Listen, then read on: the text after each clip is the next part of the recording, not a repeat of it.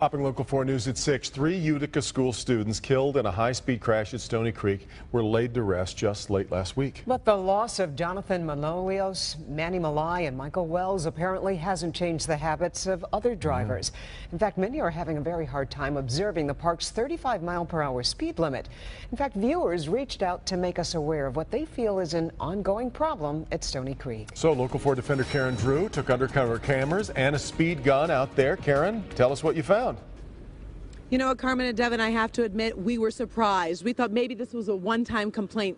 Seriously, people had to learn their lesson after the deadly accident that occurred here, but unfortunately that wasn't the case. We grabbed our speed gun. We went undercover recently, and you wouldn't believe how many people we caught speeding right through Stony Creek.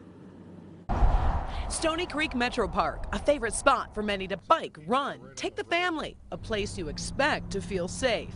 You always see some people speeding and going a little bit unsafe. That's Wayne Zimmerman. He spends countless hours here at Stony Creek running and biking. Zimmerman actually contacted the Local 4 defenders to let us know about his worries about safety at the park. His big concern, fast drivers. Speed limit's 35. Every time I'm out here, I see people exceeding that. He's not the only one complaining. Terry Johnson's at the park frequently throughout the week. I think some people are probably going at least 50. I looked up and there was a car coming right at us because they were trying to get around, past another car. And if he hadn't said something when he did, I wouldn't have looked up and seen the car coming right at us. So how bad is it at Stony Creek? Well, the defenders, armed with our speed gun and undercover cameras, checked it out. And it didn't take long to spot the safety problem. Remember, speed limit here is 35. We caught this blue van going 46 miles an hour. These two trucks going in opposite directions were clocked at 43. This white SUV was going 11 miles over the speed limit. And we also caught another driver going 53. That's 18 miles over the speed limit.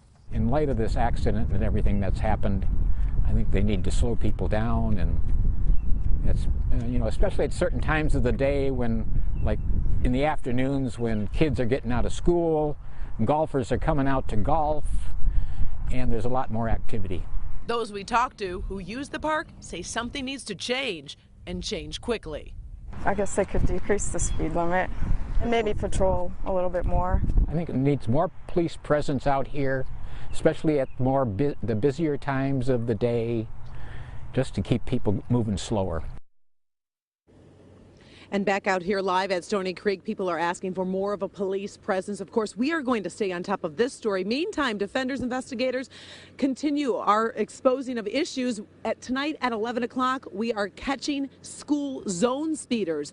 Parents contacted us about a local school zone that was definitely unsafe. We went there as well with our gun, our radar gun, I should say, and undercover cameras, and exposed that problem, and we're getting results. That's tonight at 11. Meantime, we're live at Stony Creek Metro Park. Karen Drew, Local 4 Defenders. Good for you. You know, Karen, it's interesting because it's a park. Those cars are sharing the roadway, as we saw in your video, with so much more than other cars. We were watching joggers, rollerbladers, walkers, on and on and on.